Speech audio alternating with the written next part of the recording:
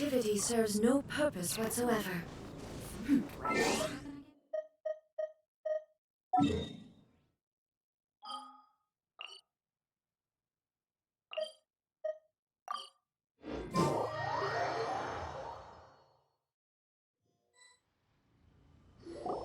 Traveler, Paimon, it's been a long time.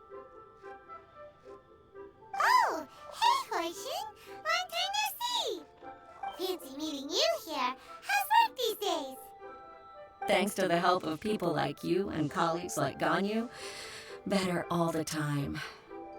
But I've been feeling distracted at work lately. I just feel constantly agitated. It's a long story. But my father, he's thinking of stepping down from the Tianshu position due to health issues. Huh? What's wrong with Uncle Tian? Nothing specifically. He's not unwell. He says he's just increasingly low on energy these days. He's always said, old age comes for us all in the end.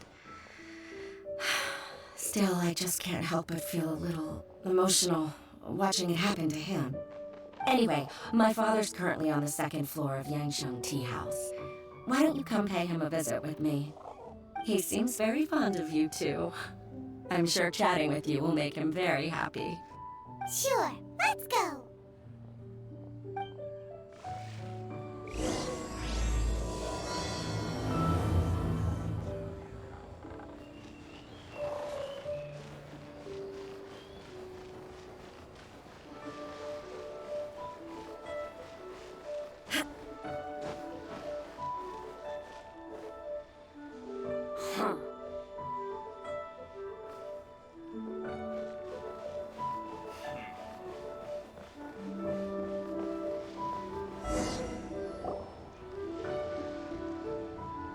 Uncle Tian, we're here to chat with you.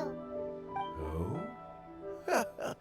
What a lovely surprise. Welcome. Hoishi, why don't you go downstairs and get the shopkeeper to make us a fresh pot of tea?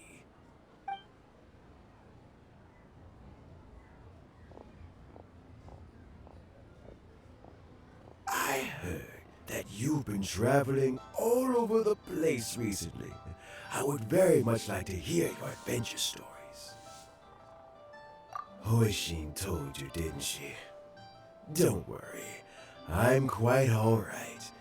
It's just the years gradually catching up with me. As I grow older, I'm starting to find that with many things, though the mind is willing, the flesh is weak. Especially recently, I've noticed a rather drastic drop in my energy levels. I am still very much in good standing as the Tianshu today. Nevertheless, I wish to pass on the position before my mental acuity begins to decline beyond redemption. How difficult is it to transfer the Tianshu position? Oh, well, you see, the Tianshu is a rather unique position among the Liyue Qixing. Historically speaking, the Tianshu rarely appears in public. We stay behind the scenes, planning and giving advice, so a public selection process would not be suitable. We also want to keep any prospective Tianshu candidates free from influence by outside forces, so we tend to be as discreet as possible in their assessment and appointment. For these reasons, the incumbent Tianshu typically recommends their candidate of choice, and this is then approved by the other Qixing members. So in other words, you pick someone, and then Lady Keqing, Lady Ningguang, and the other Qixing appoint them? Correct.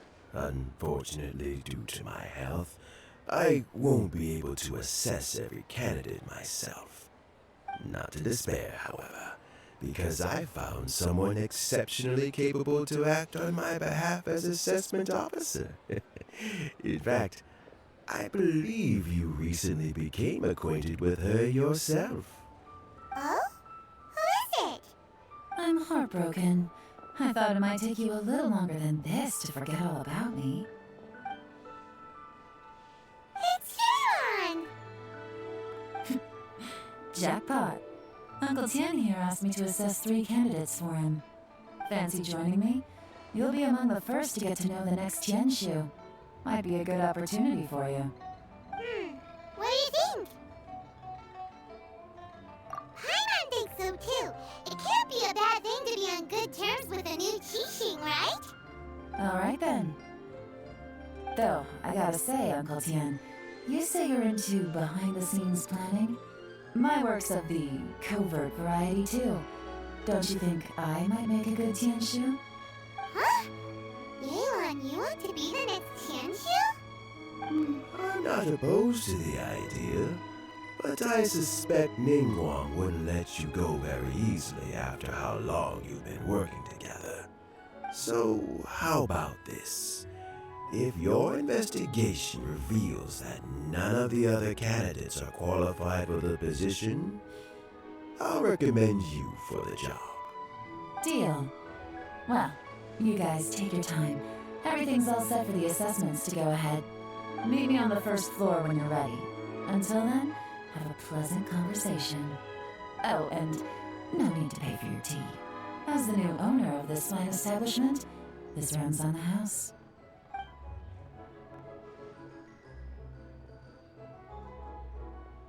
You're all set? Uncle Tian seems really worn down. It's like all his energy's gone. Yeah, it may sound harsh, but Uncle Tian is past his prime. He's not cut out for this anymore. So he's recommended 3 candidates. Their names are Qinwei, Mingguo, and Zhi. Qinwei is a wealthy entrepreneur. Mingguo works at the Liyue Ministry of Civil Affairs, and Zhi is focused on study and travel. Try to keep all that in mind. Of course, it doesn't really matter if you forget, since we'll be assessing them at Yuehai Pavilion in a short while. Qianwei, Mingguo, Zhi. Paimon should be able to remember their names, but what does the assessment involve exactly? Let's leave that until we get to Yuehai Pavilion. All right. Heads in the game, people. The stakes don't get much higher than a change in the Qixing. We can't afford to miss anything, no matter how small. Got it. We'll keep our eyes wide open.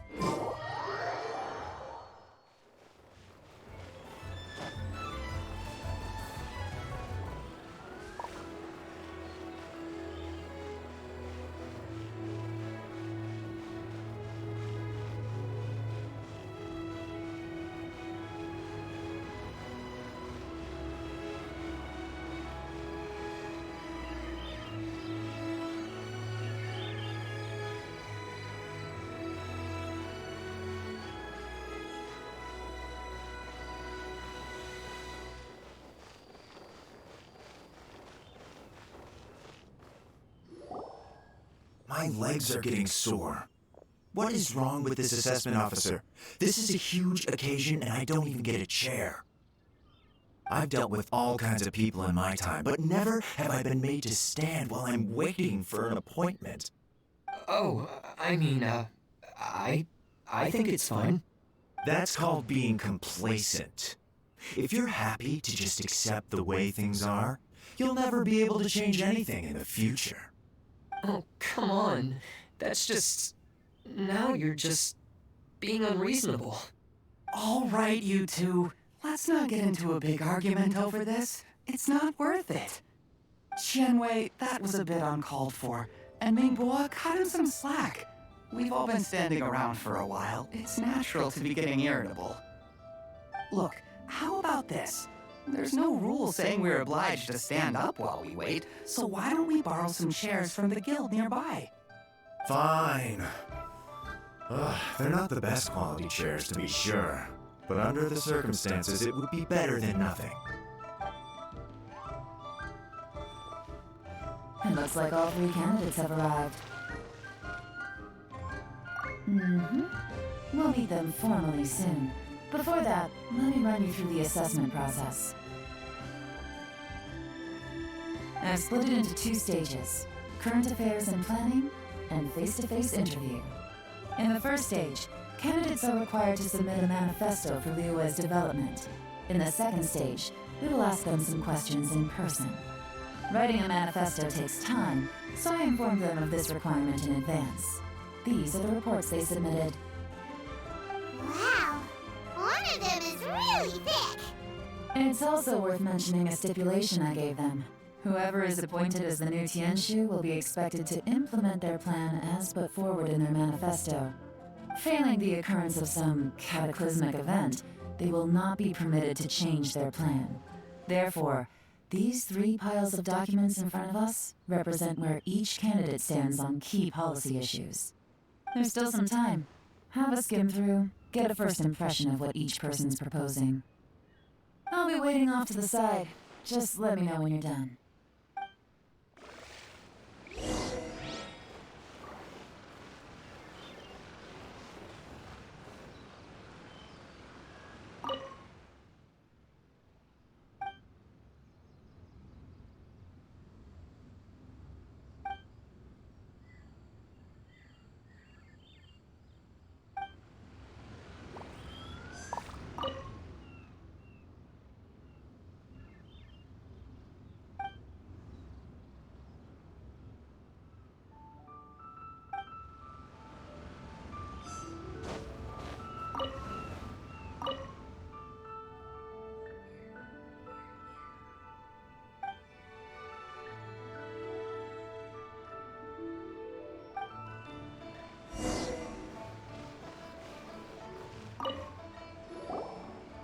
Finished, huh?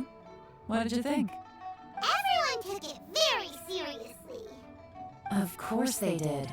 They have the chance to be picked as the new Tianshu, so you can bet they're putting their best foot forward.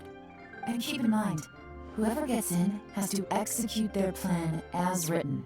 Nobody wants to have any regrets. That's for me to know and you to find out. We can talk more after the interviews. We'll see the candidates now. Let's do one at a time. Start with Chenwei. Yes, ma'am.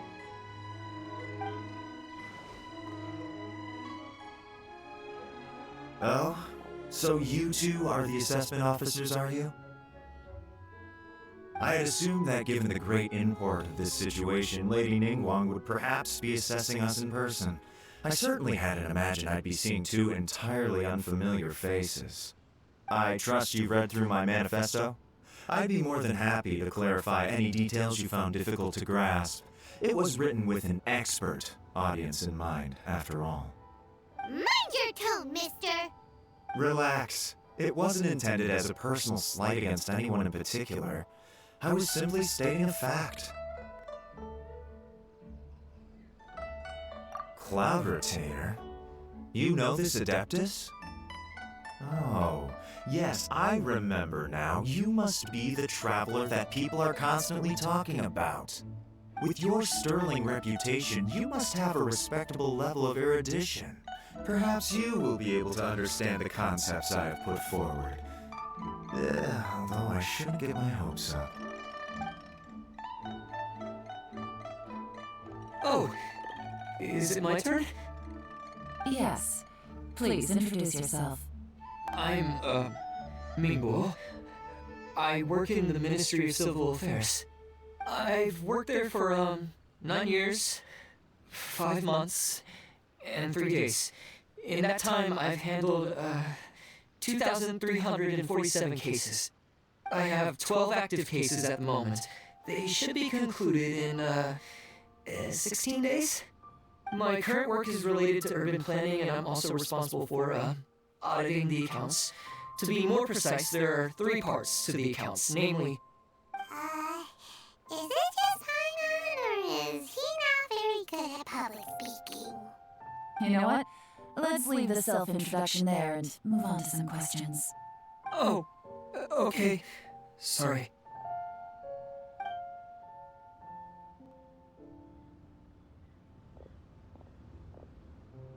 Hello. Not gonna lie, I'm feeling a little nervous. What would you like to know? You're here to assess me, so ask away and I'll answer your questions to the best of my ability. Your manifesto is very wide in its scope, but you don't seem to be personally involved in many of the specific fields. How can you be sure that you have the ability to put your plan into action? Very fair question. I completely understand where you're coming from. But I'm confident in my plan. I've visited many different places, talked to lots of people with far more expertise than myself, and my manifesto is the conclusion of these efforts. Of course, two different problems can be interconnected in very complicated ways, and you might reach two very contradictory conclusions depending on which one you're focusing on. What I've tried to do is strike a balance. In other words, present an optimal solution to all the problems as a whole. How do you plan to determine whether you are right or wrong about your proposed solution being the optimal one? A great question. Well, I'd start by having my colleagues and the secretaries of the Yuehai Pavilion evaluate any proposals before implementation. Post-implementation, it would all come down to the results. If it turned out that my judgment was to blame for poor results, I would take responsibility. Nice answer. All right, next question. He seems like a great guy. Everything he said was thoughtful and logical, and he was just a pleasure to listen to. Here's my take on what we just learned. As you saw, Qianwei is highly knowledgeable. He proposes many excellent ideas in his manifesto which effectively target the big issues. But he is very proud and incredibly stubborn. He doesn't care much about other people's feelings. Mingguo's plan is more thorough and more measured. You can tell he's meticulous in his work, very detail-oriented. But he and Qianwei are otherwise polar opposites. Mingguo is not very articulate and comes across as very timid in conversation. Perfect summary! Paimon couldn't agree more! You're good at this, Yelan. Last but not least, Yi. His manifesto is full of pertinent details, his methodology is sound, and his proposals cover a broad range of fields, which is quite a rare feat. The depth he goes into in each and every area means it can only be a product of painstaking work. Plus, he is modest and good at dealing with people. But what really interests me is that many of his views happen to coincide with Uncle Tien's. Having someone like Yi take the position would certainly put Uncle Tien's mind at rest. Great! We'll see. Let's go back and report to Uncle Tien.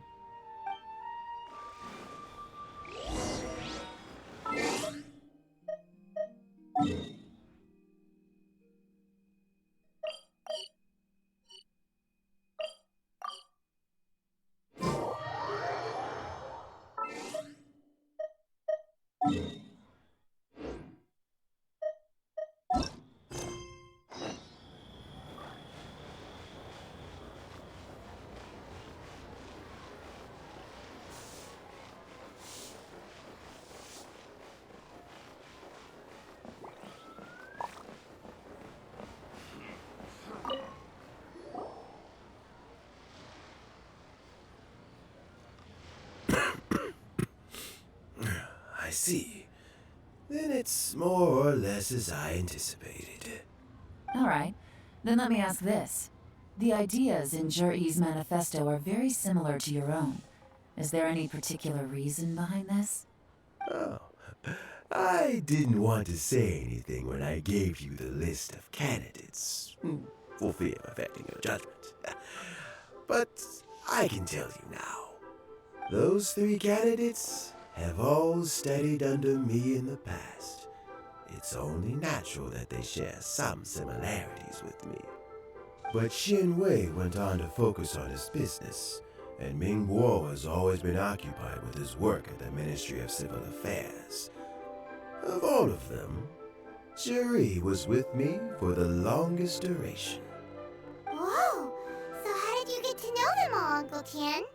Qianwei was referred to me by an old friend. Mingguo came to my attention in the course of my work. As for Yi, I was pure happenstance. We first met while fishing, Gradually, as we got to know each other, we started discussing all sorts of topics. Juri came from a poor family, and his parents died when he was very young. But he was a gifted student and a fast learner. He reminded me of a younger version of myself, so I started out giving him a few words of advice when we were out fishing and noticed how quickly he got on. Quite. And now, all of a sudden, he's grown into a mature young man. It's a joy to see, but it also gets one thinking. The young are growing up, and I am growing old. How time flies. No one can escape the cycle of life. I don't know, Uncle Tian. You still seem in pretty good shape to me.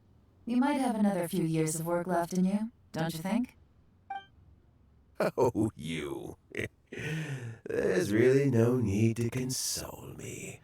Having less energy than I used to isn't such a bad thing. It just means I finally have a good reason to retire and spend my days doing what old men like me should be doing. Going fishing whenever I feel like it. Sounds like you sure love fishing, Uncle Tian. Ooh, there's nothing quite like fishing to pass the time. Ooh, and freshly caught fish, they make the most beautiful fish soup with barely any preparation required. Fresh fish soup. Sounds tasty. Doesn't it? Also, some time ago, Juri purchased a very special recipe from an old fisherman. When we've been fishing recently, Juri always brings some extra ingredients he prepared in advance. The addition of these makes the soup taste even more wonderful. That flavor makes for a fond memory. But it might... Oh, can Paimon come next time too? Paimon really wants to try it. Let's get back to the matter at hand. Uncle Tian, we've reported back. Do you have a verdict? I appointed you as the assessment officer, and I trust your judgment. Had you not asked me why Juri's ideas were so similar to mine, I was not going to mention my history with any of them. This decision must be guided by what is fair and right. Please disregard all other considerations and make your final decision only after a thorough review of each candidate's talents and capabilities. Remember, you must be thorough. Understood. Come on, let's go talk somewhere else. Bye-bye, Uncle Tian. Look after yourself.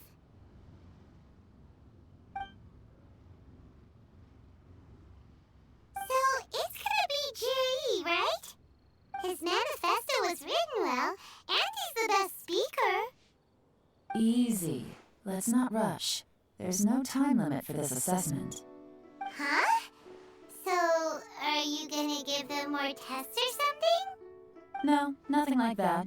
The assessment itself is complete. But let me give you a word of advice. Things are not always as they appear. The biggest no-no in intelligence work is to only get information from the person of interest themselves. The truth is almost always hidden beneath many layers of deception. You have to get information through many different channels. For example, Wenyuan, Shanghua. Yes? Lady Yelan, what are your orders? Ugh! Who are they? Where did they come from? Did they scare you? These two are Wenyuan and Shanghua. They work for me. As my trusted assistants, they are always standing guard nearby. They also perform various assignments as required. Shanghua is a business expert who gets his information by training. Wenyuan relies on word of mouth. And there's also Upei, who's not here right now. That meathead must have been out there on sea surveillance for some time now. Is he all right? I seem to remember that he can't swim. Nothing can take that guy down. Certainly not a little wind and waves. Shenghua, visit all the commerce guilds and look into Qianwei's background. Wenyuan, go to the Ministry of Civil Affairs and look through Mingguo's work files. Yes, ma'am. So what about Juri? Zhi, well, obviously as the most promising candidate, we will be investigating him ourselves. Let's go to the docks first. Lots of people passing through there. You can find out all kinds of things. If we're looking for information, why don't we try talking to Bulai, the owner of Wanyu Boutique? He does business at the North Wharf. Maybe he has some news for us. That's actually not a bad idea. Let's go and ask him.